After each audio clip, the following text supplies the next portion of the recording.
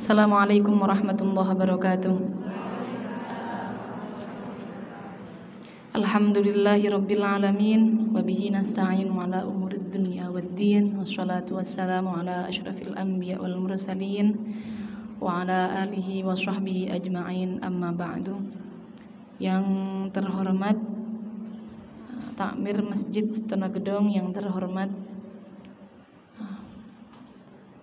ibu-ibu muslimat, yang terhormat ibu-ibu fatayat, yang terhormat rekanita IPPNU, dan juga seluruh jamaah yang hadir pada pagi hari ini di majelis yang insyaallah membawa keberkahan. Amin ya rabbal alamin. Langsung mawon ke ibu-ibu, mbak-mbak. Pagi hari ini biasanya diisi dengan mauidhah hasanah. Untuk mauidhah kira-kira untuk kali ini kalau dengan kulo bukan mauidhah bahasanya, tapi mari ngaji bareng karena temanya untuk kalau dengan kaulo insyaallah temanya selalu fikih. Kemarin sudah kaulo maturkan kepada Cak Ahmad, gimana kalau kita bahas fikih dari awal tentang toharoh, kemudian runtut, sholat, mandi besar, kalau masih ada waktu nanti haid, nifas, kalian kita bahas pada pertemuan selanjutnya. Untuk pembahasan pagi ini kita awali dengan toharoh. Ibu-ibu sekalian, insyaallah setiap hari kan sudah wudu, sudah istinja, sudah. Cuma mari kita cek lagi. Kaulo juga pribadi sama mengecek apakah sudah sesuai dengan madhab kita, madhab Syafi'iyah yang kita praktekkan di Indonesia ini kan seluruhannya mayoritas menggunakan madhab Syafi'i, sehingga mari kita cek wudu kita sampun bener dereng, cara istinjanya sudah betul belum ya. Bismillahirrahmanirrahim. Sebelum kita mulai, mari kita hadiahkan Fatihah untuk Mbah Wasil, untuk para masyayikh, untuk guru-guru kita, untuk mu'alif kitab. Semoga dengan barokah tawasul ini ilmu yang akan kita pelajari nanti membawa keberkahan dan manfaat. Ila hadratin Nabiyil Mustafa Sayyidina Maulana Muhammadin sallallahu Syekhana wa syekhana khasatan ila sallallahu ila jami' mu'allifil kutub allati ta'alamna. Al-Fatihah.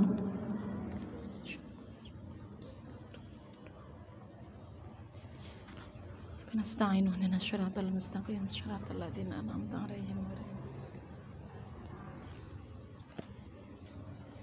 Bismillahirrahmanirrahim. Ibu-ibu sekalian, pembahasan kita pertama adalah toharoh. Toharoh niku bersuci. Bersuci itu ada kalanya bersuci dari najis, ada kalanya bersuci dari hadas kecil, juga ada bersuci dari hadas besar. Yang akan kita bahas pertama bersuci dari hadas kecil ya, atau namanya wudu. Seperti biasa kita sebut wudu. Setiap hari kita minimal wudu 5 kali. Kalau batalan seperti kaulo wudunya 5 kali setiap sholat wudu. Karena kaulo cenderung orangnya suka batal, sering gampang batal. Minimal kita wudu 5 kali. Coba kita paskan, panjenengan semua insyaallah sudah tahu semua. Fardu wudu ada 6. Fardu wudu ada 6. Yang pertama membasuh wajah, yang kedua membasuh kedua tangan hingga siku-siku, yang ketiga mengusap sebagian kepala, yang keempat ada yang kurang? Oh salah nggih, yang pertama niat nggih. Masyaallah, jenengan komboten ngilingke kula. Yang pertama niat, masyaallah. Yang pertama niat, baru yang kedua membasuh wajah, yang ketiga membasuh kedua tangan hingga siku-siku, yang keempat mengusap sebagian kepala, kemudian yang kelima membasuh kedua kaki hingga mata kaki, Telinga bukan termasuk fardu ibu-ibu. Nah, nanti ini pembahasannya seru nih ibu-ibu. Telinga bukan termasuk fardu. Jadi ini fardunya 6. Fardunya 6, niat, muka, tangan, kepala, kaki, tartib.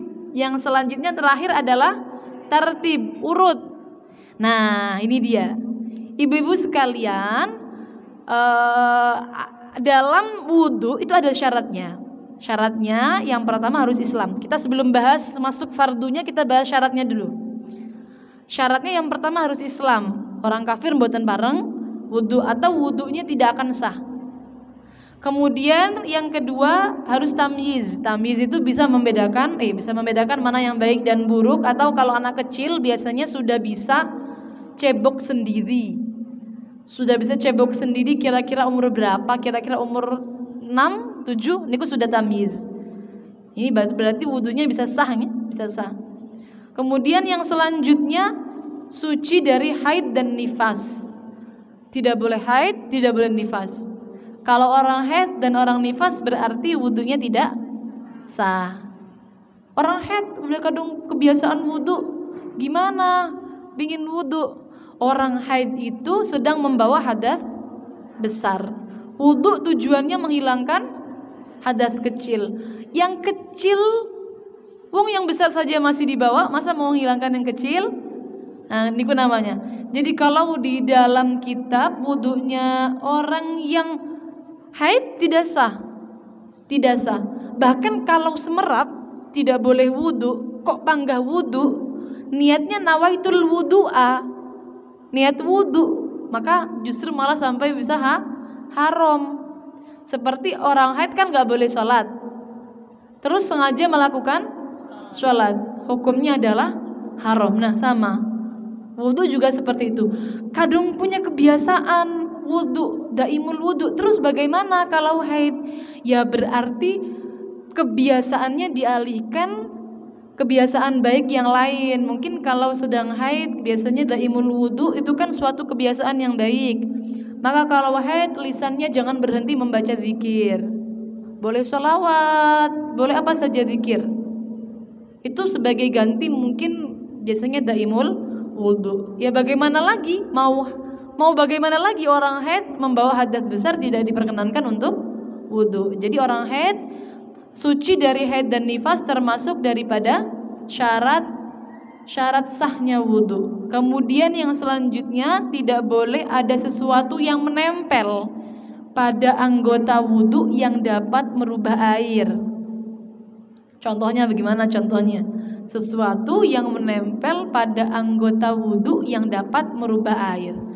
Contoh, kita kan cewek-cewek, perempuan-perempuan biasanya pakai hembody, pakai masker, pakai lulur. Semisal jenengan lagi luluran tangan, lagi luluran sebadan, kemudian ingin wudhu setelahnya. Nah, nanti airnya ini untuk basuhan pertama masih ada lulurnya, kemudian kita bersihkan pakai air. Pasti airnya berubah menjadi air lulur, menjadi putih pasti. Tidak hanya lulur, apa saja yang bisa merubah airnya dengan perubahan yang banyak. Maksudnya bagaimana merubah itu? Yang perubahan yang banyak, ada perubahan itu sedikit, ada perubahan yang banyak ibu-ibu. Perubahannya bagaimana? Sampai airnya tidak lagi dijuluki air. Loh, kok ngonten? Ngenten ibu-ibu. Niki air aqua nggih. Bening, coba saya taruh air ini di gelas, namanya air gelas. Nggih? Air ini saya taruh di ember, namanya air ember. Namanya airnya enggak punya nama airnya, namanya air mutlak. Air yang tidak punya nama. Kalau semisal air ini kecampuran lulur sampai butek, saya taruh di gelas, namanya air lulur. Atau kecampuran semisal panjenengan lagi semisal teh lah, teh, semisal kena teh, Walaupun toh di botol tidak akan ada yang menyebutnya air aqua, pasti menyebutnya air teh, karena sudah tercampur. Kalau namanya sudah berubah, berarti perubahannya pasti banyak.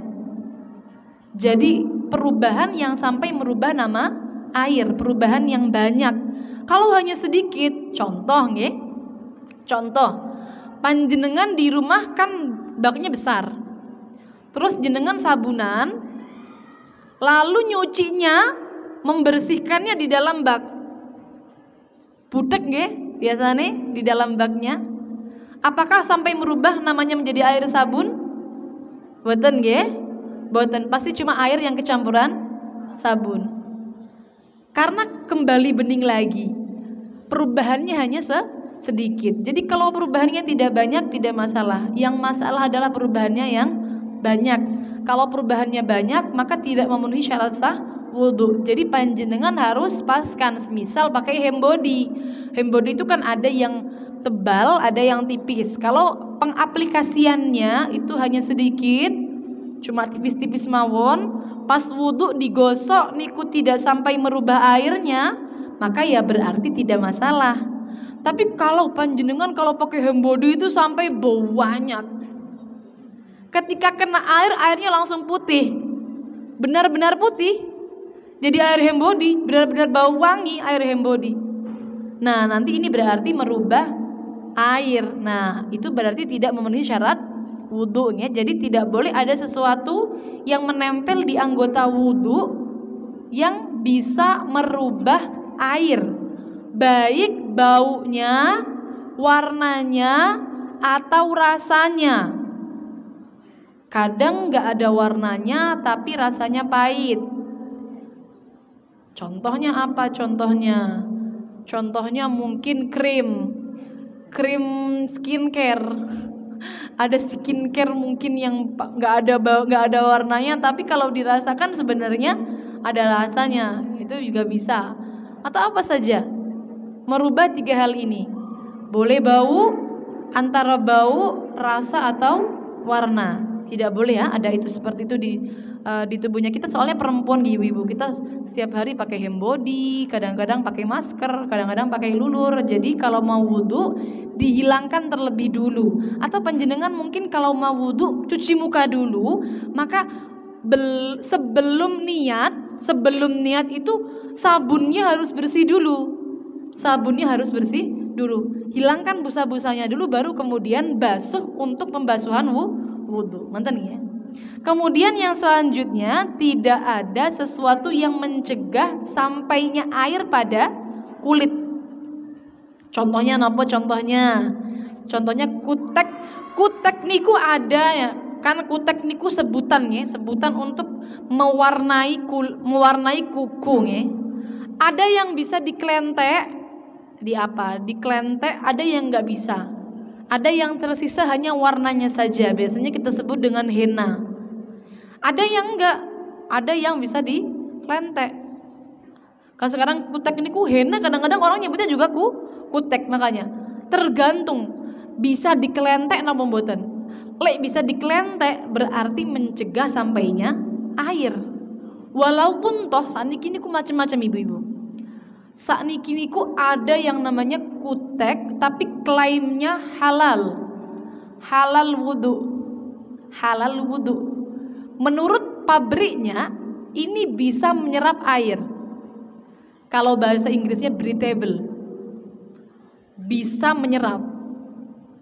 Padahal di dalam konsepnya wudu, kalau tangan ibu-ibu mengusap atau membasuh? Mengusap tangan atau membasuh tangan? Membasuh. Kalau membasuh itu berarti airnya harus mengalir. Gak cukup nginten mau mboten cekap, harus dialirkan, airnya ngalir. Nah, kalau semisal hanya diresapi mawon, kan belum sampai membasuh. Jadi kalau kutek, kiranya ibu-ibu pakai kutek, walaupun toh yang jual bilang kutek yang bisa diklentek loh nggih. Yang bisa diklentek, walaupun toh yang jual ini ngaku ini boleh jenengan pakai wudu, kok bagusnya ndak usah nggih. Pakainya kalau pas haid mawon. Jadi mboten usah dipakai ketika sholat, pas suci, pas akan sholat, pas mau wudhu dihilangkan dulu.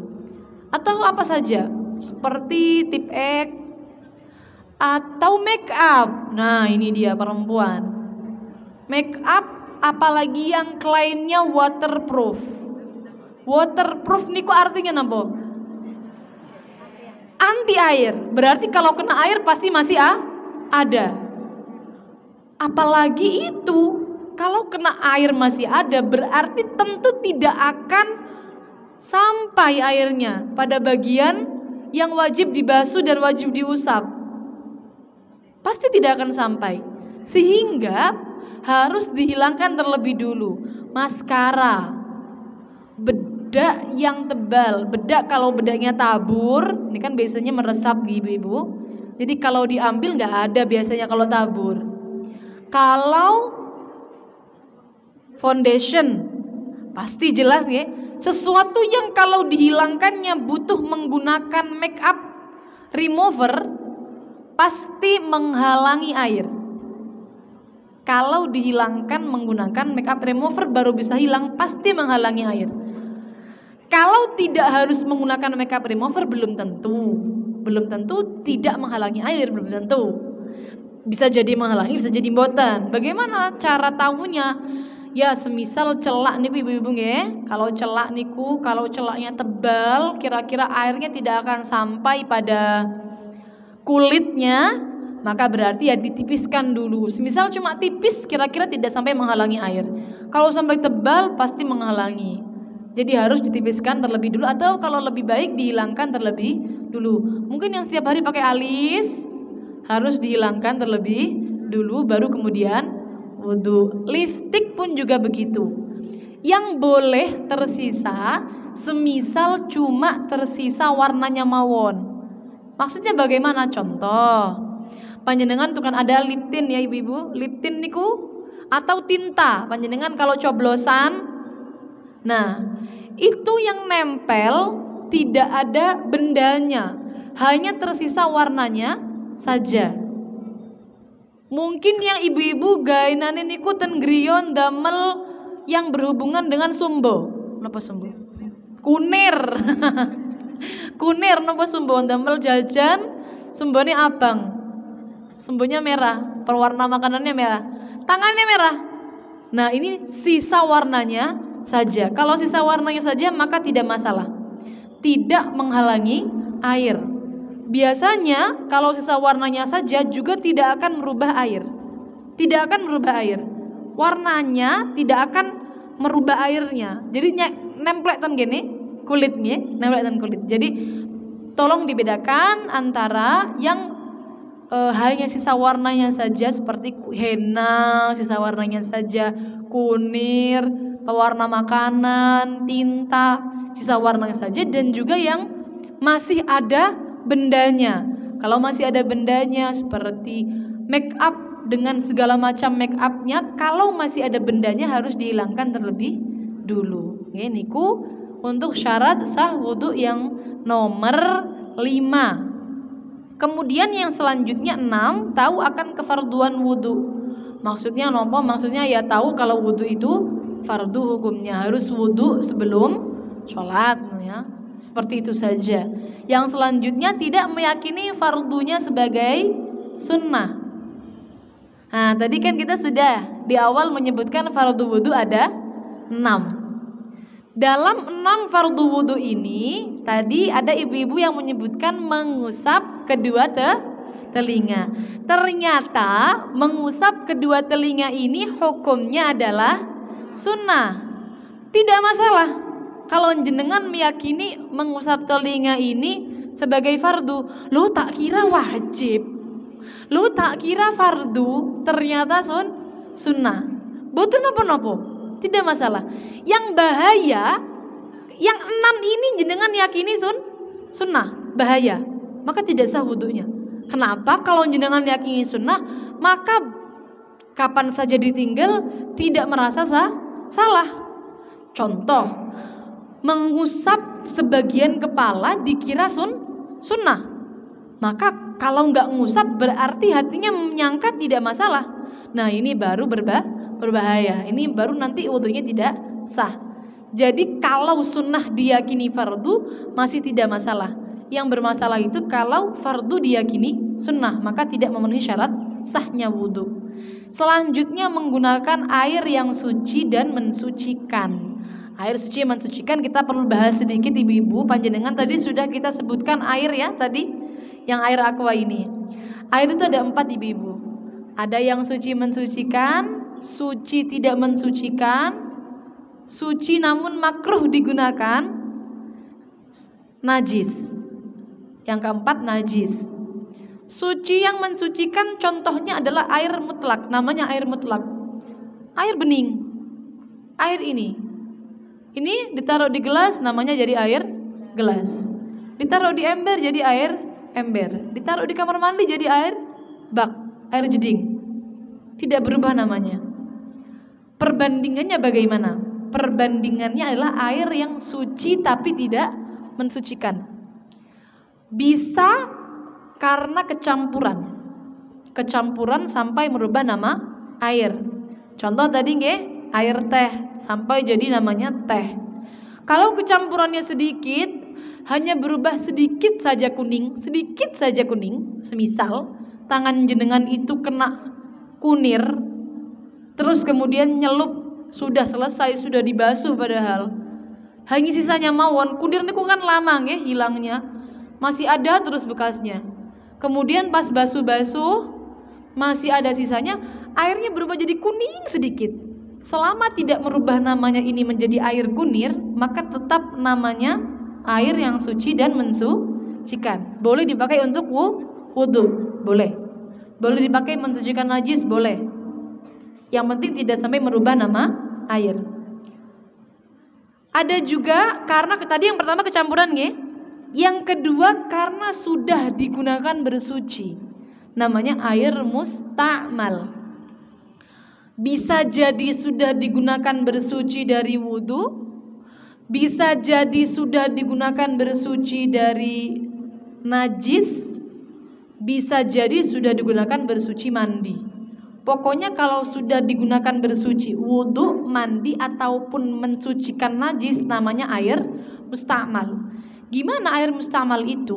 Semisal panjenengan wudu, menghilangkan hadas berarti basuhan yang nomor 1. Panjenengan wudu yang wajib kan 1 kali nggih ibu, membasuh wajah yang wajib 1 kali.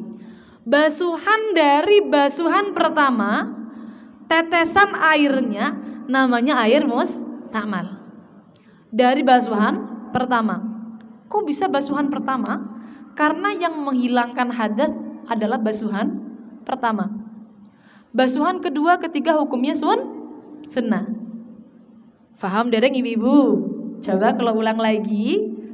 Dalam wudhu itu kan menigakalikan basuhan, usapan, hukumnya adalah sunnah. Sehingga yang menghilangkan hadas niku yang nomor 1, yang wajib mawon.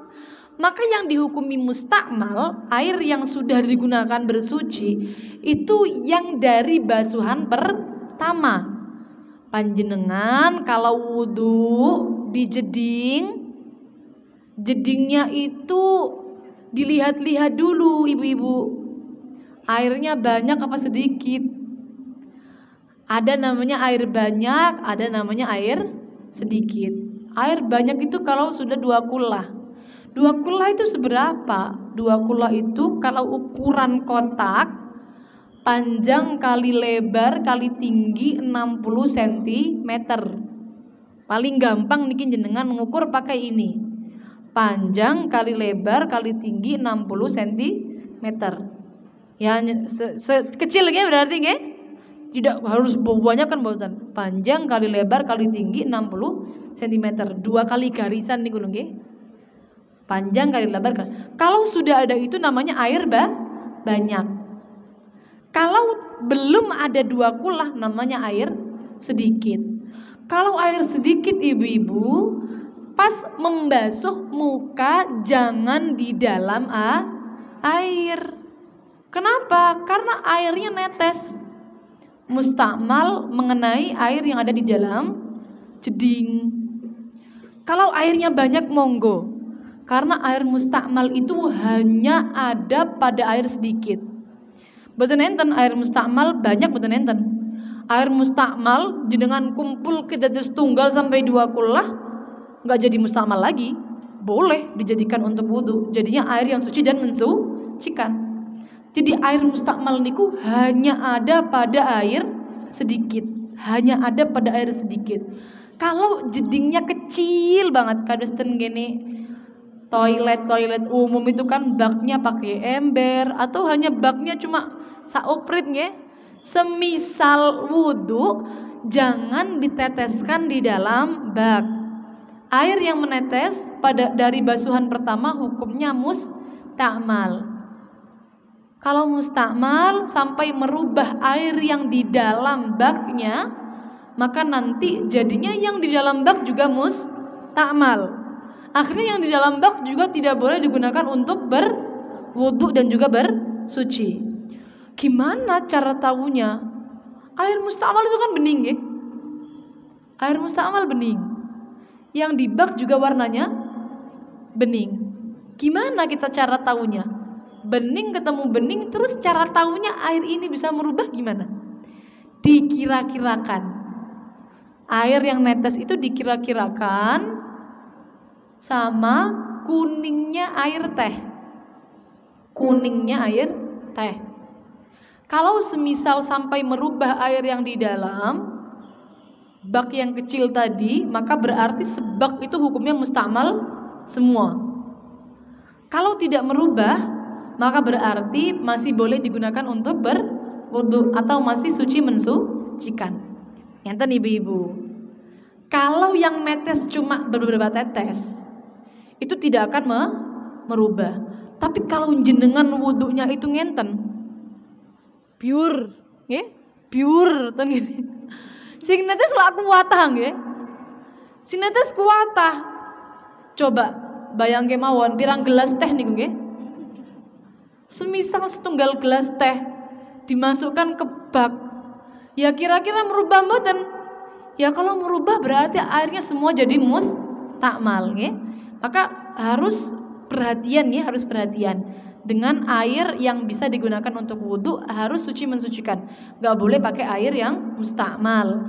Hati-hatinya itu kalau baknya kecil. Kalau baknya besar monggo jenengan mau wudu di dalam, mau wudu di luar monggo. Karena kalau baknya besar sudah sampai 2 kullah airnya, tadi 60 panjangnya, lebarnya, tingginya 60 cm, maka pasti aman karena air mustakmal hanya ada pada air sedikit ya. Ada namanya air yang makruh digunakan. Air yang makruh digunakan niku di Indonesia itu ndak ada. Namanya kalau dalam bahasa kitabnya musyammas, air yang dipanaskan dengan terik matahari.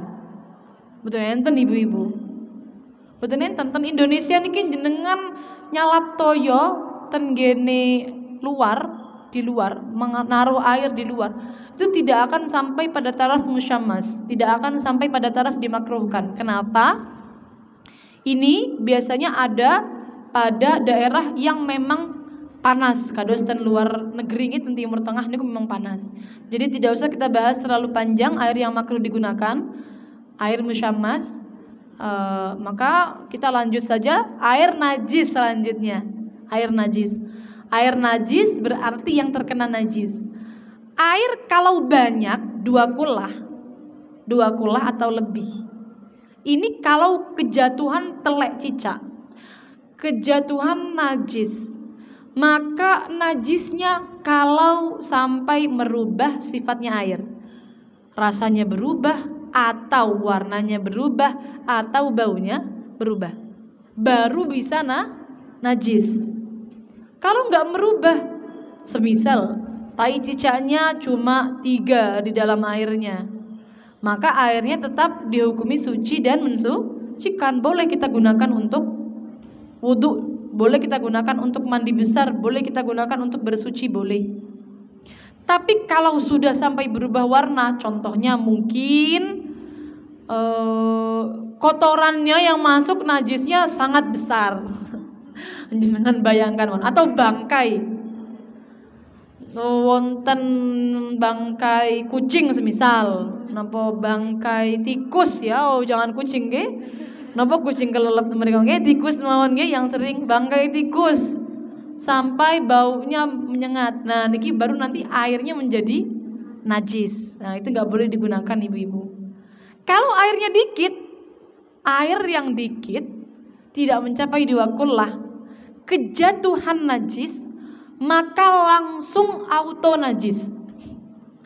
Langsung najis. Tidak perlu menunggu berubah.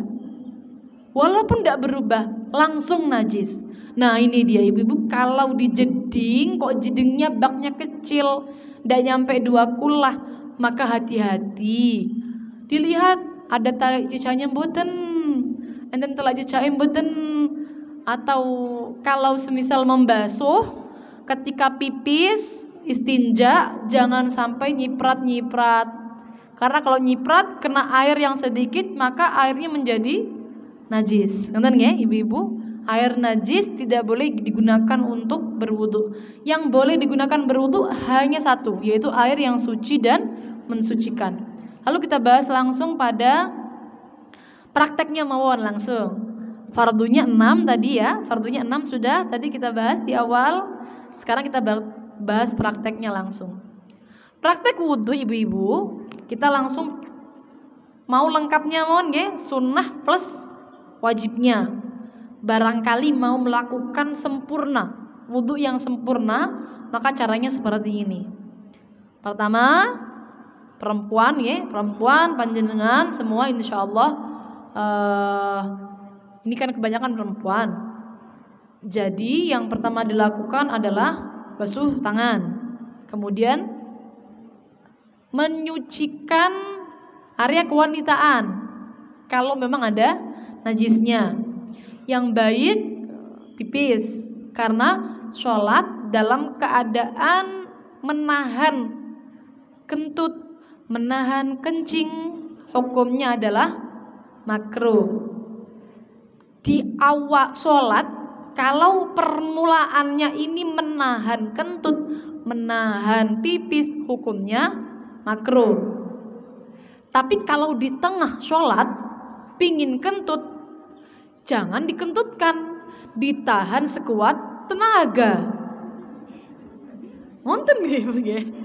Kalau di tengah sholat pingin kentut harus ditahan sekuat tenaga. Kalau kepentut ya sudah. Kepentut berarti kan tidak ada daya dan kuasa untuk menahan. Tidak kena dosa nggak masalah. Tapi kalau masih ada kekuatan untuk nahan, tahan sampai selesai. Kalau munculnya di tengah-tengah sholat, kalau di awal sebelum akan sholat, maka kalau menahan pipis, BAB, kentut, keluarkan, lepaskan. Karena menahan ini di bawah sholat hukumnya makruh. Jadi sebelum wudu istinja dulu, pipis dulu atau istinja dulu. Barangkali ibu-ibu di sini keputihan niku hukumnya najis, nggih? Keputihan hukumnya najis. Keputihan yang dari dalam hukumnya najis ibu-ibu. Yang warnanya kuning itu najis. Kalau warnanya bening masih diperinci, ada yang suci, ada yang najis. Kalau warnanya kuning najis, warnanya keruh najis. Normal, perempuan itu keputihan normal. Jadi harus istinja dulu, cawi dulu. Setelah itu kemudian baru melakukan rangkaian wudhu. Setelah istinja, setelah itu baru kemudian kalau mau niku nggih, mau mau lengkap nggih, membasuh kedua telapak tangan lagi. Setelah ini saya niki sunnah. Saya sebutkan nanti yang mana yang sunnah, mana yang wajib. Niki sunnah. Setelah itu siwakan. Sunnah siwakan. Siwakannya pakai apa? Sikat gigi ada? Sikat gigi enggak apa-apa. Sikat gigi boleh. Panjenengan kalau di rumah sering siwakan mboten ibu-ibu? Saya ajarin apa? Cara megang siwak nih ibu-ibu yang sunnah nih. Saya belum ada siwak, tapi adanya lipstik. Saya nyempetin bawa siwak. Bayangkan saja siwak nih ibu-ibu nih. Cara pegang siwak yang baik, yang sunnah. 3 jari yang ini tengah di atas siwaknya, kelingking dan jempol di bawah. Niki sunnahnya pegang siwak seperti ini. Kok bisa sunnahnya Kanjeng Nabi kalau pegang seperti ini, ibu? Katanya lah, gini ya, pegang siwak yang sunnah seperti ini. Nah, siwakan sebelum wudu, siwakan. Ibu-ibu kalau siwakan, kalau sikat gigi, kalau jenengan boten niat maka tidak dapat pahala. Tapi kalau jenengan niat maka dapat pahala. Sikat gigi niat siwakan, saya niat siwakan, dapat pahala. Tapi kalau tidak niat tidak dapat pahala. Jadi eman-eman sikat gigi niku kan termasuk siwakan. Siwakan itu membersihkan gigi menggunakan sesuatu yang kasar. Yang baik kalau Kanjeng Nabi dulu gak ada sikat, jadinya pakai kayu arak. Arok namanya, kayu arok ya. Namanya sebutannya kayu arok ya. Jadi kalau kita sikat gigi apakah termasuk siwakan? Termasuk, sama-sama membersihkan gigi. Jadi kalau sikat gigi sama niat. Setelah siwakan area gigi kanan, gigi kiri sudah selesai itu. Setelah siwakan lalu kumur, caranya ibu-ibu yang paling baik panjenengan nyakup air, kemudian kumur, jempol kiri masuk membersihkan gigi, jempol kiri. Jadi kumur, ya boleh sekalian seperti ini ibu-ibu. Tadi kan kalau satu-satu seperti itu, nggih. Kumur, jempol kiri masuk. Boleh sekalian kumur dulu, kemudian langsung istinsyak. Istinsyak menghirup air ke hidung sampai sini baru kemudian dilepaskan. Tujuannya membersihkan hidung. Sunnahnya juga dibersihkan menggunakan kelingking jari kiri. Kelingking jari kiri ya. Jadi kalau mau satu cakupan boleh langsung dari di satu cakupan ini bisa untuk istinsyak, bisa untuk kumur-kumur. Kumur dulu, baru kemudian dihirup, nah, baru dibersihkan boleh. Atau satu-satu boleh. Kumur, dibersihkan, dihirup, kemudian dibersihkan. Pakai kelingking kiri kalau untuk hidung. Kalau untuk mulut pakai jempol kiri. Setelah itu, setelah kumur dan istinsyak, ibu-ibu meninggalkan kumur dan istinsyak hukumnya makruh. Meninggalkan berkumur dan istinsyak hukumnya makruh. Saya juga sama belajarnya supaya praktek setiap hari itu kalau wudu gak buru-buru. Karena kalau pribadi kalau wudu buru-buru. Pinginnya cuma fardunya tok 6 niku tok. Gak mau kumur, gak mau istinsyak. Yang baik ya harus dilakukan. Jadi untuk pepiling kita supaya sempurna, Setelah istinsyak kemudian baru setelah itu membasuh muka, membasuh muka. Membasuh muka. Nah, muka niku dari mulai tumbuhnya rambut sampai dagu. Melebihkan sedikit hukumnya adalah wajib, nggak boleh pas mepet boten patong. Harus dilebihkan sedikit. Untuk lebarnya dari anak telinga satu ke anak telinga yang lain harus dilebihkan sedikit.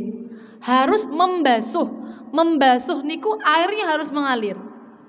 Airnya mengalir nggak boleh cuma ngusap. Usap bedanya kalau diusap itu airnya dimasukkan tangannya dimasukkan ke air, terus ngenten. Nah, namanya ngusap. Kalau basuh dicakup, bawa air. Nah, ini namanya membasuh. Kalau ngusap cuma dibasahi tok tangannya, namanya ngusap. Setelah membasuh muka, ketika membasuh muka, jangan lupa ibu-ibu, ada hal-hal yang ada tempat-tempat yang sangat rentan, ujung mata. Ujung mata niki tempatnya belek. Padahal tempat belek, tempat kotoran mata itu adalah anggota zahir.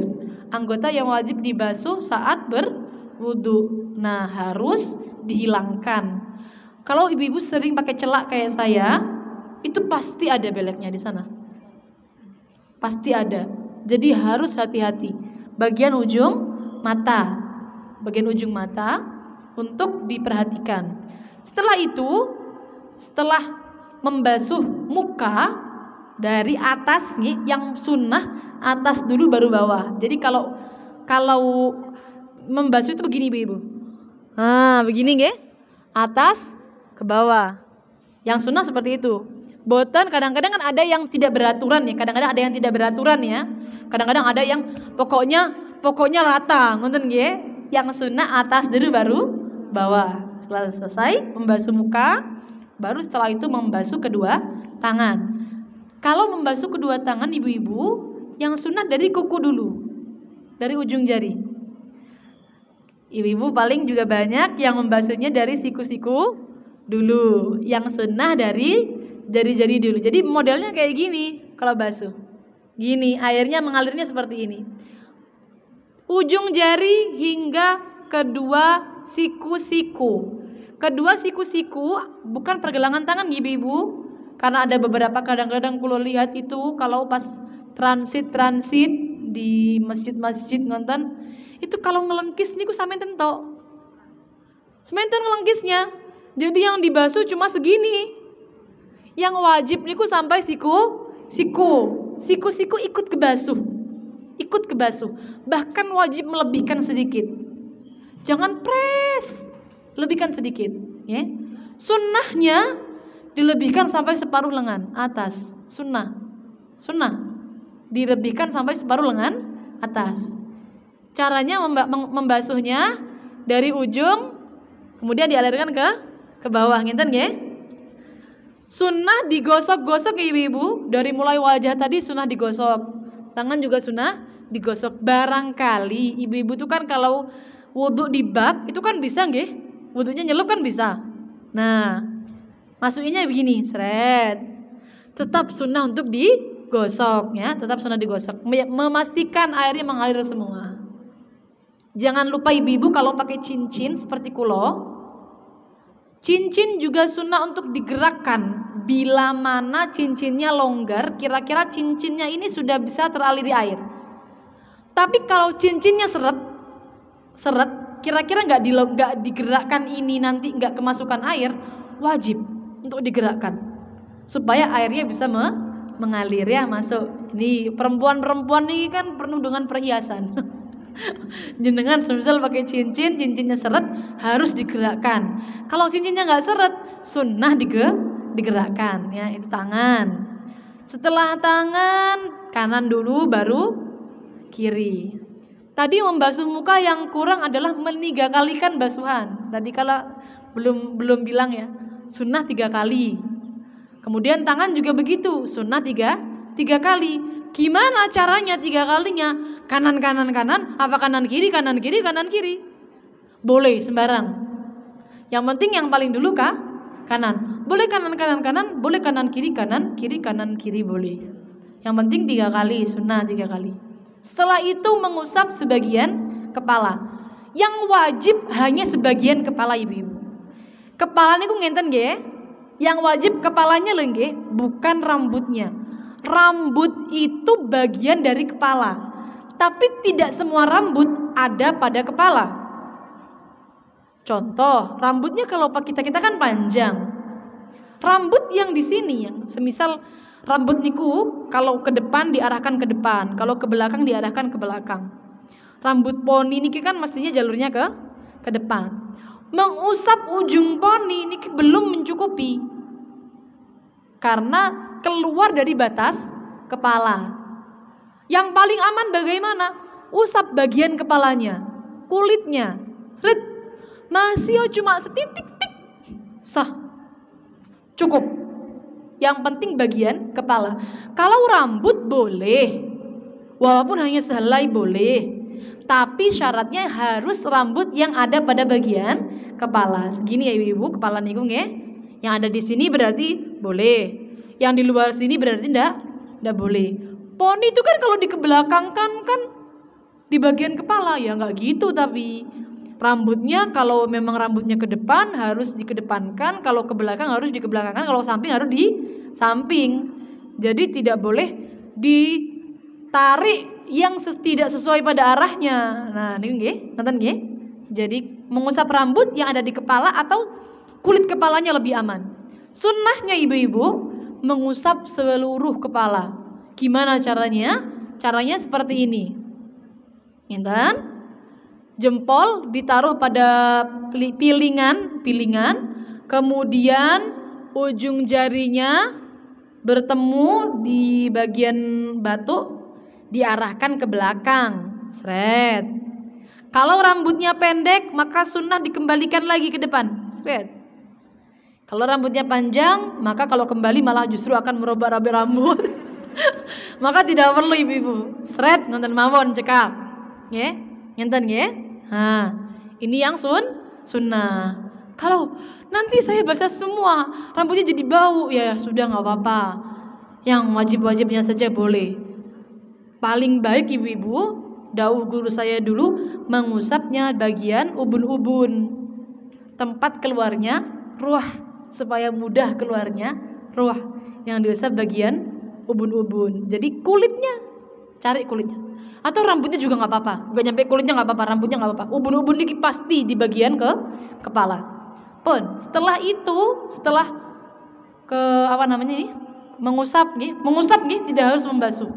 Cukup celupkan tangan, yang penting tangannya basah. Setelah itu mengusap kedua telinga. Mengusap kedua telinga, caranya sebenarnya sembarang caranya. Cuma yang diajarkan oleh para ulama niki napa niki? Telunjuknya di dalam. Jempolnya di luar. Telunjuknya kemudian setelah dibasahi lagi nggih. Basahi lagi dengan air yang baru, kemudian mengusap kedua telinga, telunjuknya di dalam. Telunjuknya ini meratai seluruh sela-sela telinga. Baru kemudian yang jempolnya dua ini meratai yang bagian luar. Seret. Setelah itu sunnahnya plek. Nah, nonton. Epek-epeknya niki diginiin. Nah, niku. Itu yang paling lengkap ibu-ibu. Lek kelamaan gimana? Ya sudah, yang penting diusap lah, nggak apa-apa. Yang penting sudah melakukan kesunahan. Kelamaan ya nggak apa-apa. Yang penting sudah melakukan kesunahan. Ini kalau sudah biasa cepat ibu-ibu. Selesai. Kalau sudah cepat biasa, okay? Kemudian setelah mengusap kedua telinga, sunnah ibu-ibu. Bila mana tidak dilakukan maka tidak masalah. Sunnah. Nih, kedua telinga hukumnya sunnah. Setelah itu baru membasuh kedua kaki hingga mata kaki. Yang wajib hingga mata kaki. Sunnahnya dilebihkan sampai separuh betis. Nggak sunnah kalau sampai pupu paha-paha nggak sunnah. Yang sunnah melebihkan sampai separuh betis ya. Yang dari semuanya tadi harus tertib berurutan. Harus berurutan. Urut niku termasuk daripada fardunya wudu. Termasuk daripada fardunya wudu. Jadi apa namanya? Kalau semisal jenengan pinginnya tangan dulu baru kemudian wajah, maka ndak boleh. Tidak memenuhi fardunya wudu. Ya, setelah selesai membasuh kedua kaki, maka sudah selesai wudunya. Makruh bekas wudunya ini dihilangkan dengan anduk. Jadi makruh sebenarnya dihilangkan dengan anduk, dihilangkan dengan tisu. Itu makruh. Kalau tidak niat menghilangkan, contohnya tidak niat menghilangkan tapi hilang sendiri, kerudungan lalu kegesek, nah nggak masalah kalau itu nggih, tidak masalah. Setelah wudu sunnah berdoa. Sunnah berdoa, asyhadu alla ilaha illallah wa asyhadu anna Muhammadan abduka wa rasuluh. Pripun ibu doanya? Asyhadu alla ilaha illallah wa asyhadu anna Muhammadan abduhu wa rasuluh. Allahumma ja'alni minat tawwabin waj'alni minal mutatahhirin waj'alni min ibadikas sholihin. Yeah. Sunnah sunnah doa wudu tadi menengadahkan tangan dan juga menghadap ke langit. Sunnahnya seperti itu. Niku sunnahnya wudu. Lalu satu lagi terakhir pembahasan kita pada hari ini, Sebelum tadi kita bahas apa saja yang membatalkan wudhu, 4 hal yang membatalkan wudhu. Kalau ibu-ibu pingin sempurna setelah wudhu itu sunnah, sholat sunnah. Ada namanya sholat sunnah wudhu, 2 rakaat sholat sunnah wudhu. Ceritanya begini ibu-ibu, Kanjeng Nabi ini kan semerap. Pas beliau itu Isra Mi'raj, beliau ini kan dalam hadis beliau cerita ketika Kanjeng Nabi masuk surga, Kanjeng Nabi ini ku dengar sandalnya sahabat Bilal. Ditangleti sahabat Bilal oleh Kanjeng Nabi. Kok bisa kamu mendahuluiku masuk surga? Sandalnya sudah di sana. Kok bisa? Dahunya sahabat Bilal, dengan apa kamu mendahuliku? Kata Kanjeng Nabi begitu. Dahunya sahabat Bilal, aku ketika berwudu tidak pernah meninggalkan sholat sunnah setelahnya. Jadi namanya sholat sunnah wudu, 2 rakaat setelah wudu ya. Gimana niatnya? Usolli sunnatul wudu, begitu saja. Saya niat sholat sunnah wudu. Saya niat sholat sunnah wudu lillahi ta'ala, Allahu Akbar pun saged pakai bahasa Jawa. Ponnya ibu ya. Niku praktek wudu secara lengkapnya kurang lebihnya seperti itu ibu-ibu. Kalau ada kurang-kurangnya mohon maaf. Itu kurang lebihnya seperti itu ya, praktek lengkapnya. Yang perlu kita bahas lagi, yang terakhir adalah hal-hal yang membatalkan wudu. Ada 4. Yang pertama adalah keluarnya sesuatu dari 2 jalan, depan atau belakang. Yang paling sering ditanyakan ibu-ibu, perempuan kalau keluar angin dari jalan depan hukumnya apa? Batal mboten wudunya ibu-ibu? Batal. Sesuai dengan konsepnya ini, yang membatalkan wudu itu adalah sesuatu yang keluar dari 2 jalan, baik depan ataupun belakang. Jadi kalau keluar angin baik dari belakang atau depan, itu hukumnya adalah batal. Keluar sesuatu yang jarang, batu semisal, kencing batu kan keluar batu, itu juga tetap membatalkan wudu. Sama, apa saja yang keluar dari jalan depan dan belakang membatalkan wudu, kecuali 1, mani. Mandi ini nggak membatalkan wudhu, tapi mewajibkan mandi. Gimana contohnya? Mandi nggak batal wudhu, tapi wajib mandi. Biasanya kan orang kalau keluar mandi kan biasanya bersentuhan dengan perempuan atau bagaimana ya, atau laki-laki gitu. Contohnya begini ibu-ibu, ada namanya keluar mani karena mimpi.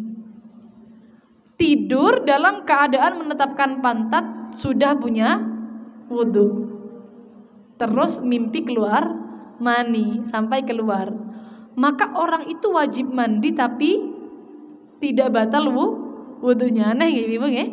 Jadi wudhu apa yang tidak membatalkan wudhu kalau keluar dari jalan depan dan belakang hanya mani.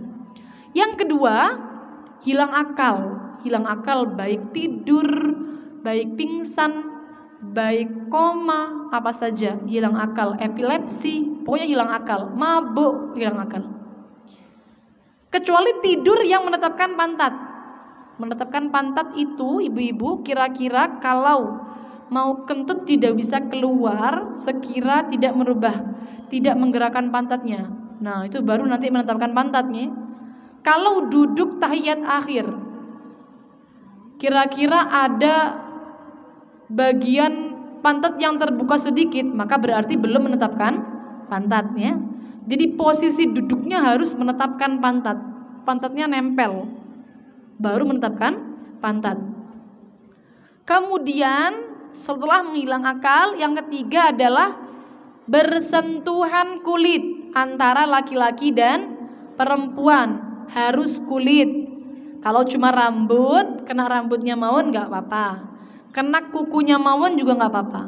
Kulit antara laki-laki dan perempuan tidak harus sudah balik. Batasannya seberapa yang membatalkan? Sampai taraf menimbulkan syahwat. Anak zaman sekarang niku gede-gede loh ibu-ibu. Kelas 1 SD itu sudah besar, gitu. Kira-kira kalau sudah menimbulkan syahwat berarti menyentuhnya batal. Tergantung seberapa. Kan anak beda-beda. Kalau sudah umur 7 tahun, kalau di dalam ada beberapa keterangan ulama itu yang membatasi umur ada, cuma sebenarnya batasannya adalah sekiranya sudah menimbulkan syahwat maka membatalkan wudu. Kira-kira 6 tahun itu sudah menimbulkan syahwat. Kalau masih 4 tahun, 3 tahun itu masih kecil sekali tidak menimbulkan syahwat maka tidak membatalkan wudu, ya. Jadi yang biasanya salah paham itu kalau balik baru batal.